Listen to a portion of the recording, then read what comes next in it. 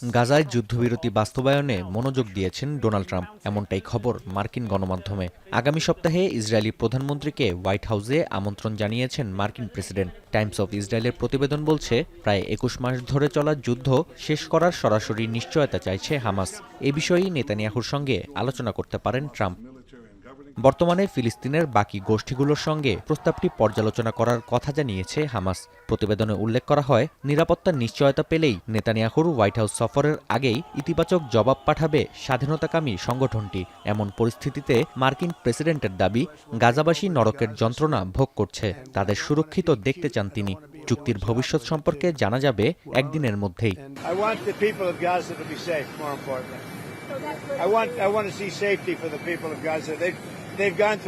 তবে গাজাবাসীকে সুরক্ষিত দেখতে চাইলেও উপত্যকায় হত্যাযজ্ঞ থামানোর কোনো নাম নেই ইসরায়েলি সেনাদের। বৃহস্পতিবারও দিনভর আইডিএফের হামলায় প্রাণ হারিয়েছেন শতাধিক ফিলিস্তিনি, যার মধ্যে অর্ধশতাধিকই প্রাণ হারিয়েছেন ত্রাণ সংগ্রহের সময়। নিরস্ত্র বেসামরিক ফিলিস্তিনিদের ওপর গাজা হিউম্যানিটেরিয়ান ফাউন্ডেশন গুলি চালাচ্ছে অভিযোগে প্রতিবেদন প্রকাশ করেছে AP.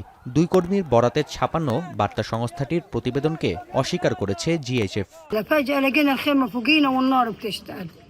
ايش اللي صار مش عارفين ايش بدنا نقول اكثر من هيك حسبني الله ونعم الوكيل بس كنت ذاهب للمساعدات اجيب الطحين لاولاد اخوي الايتام اللي هم البقوله من عائلتي كلها بعد اهلي واخوتي استشهدوا ورا الحرب جيت هون لقيتهم مستشهدين هم।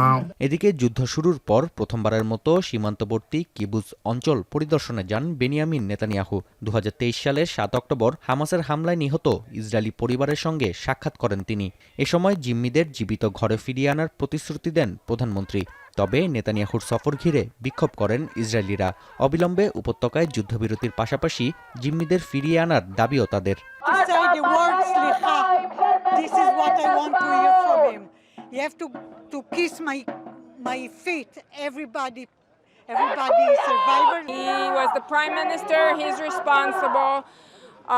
But right now we should focus on bringing back everybody home. That's the most important thing.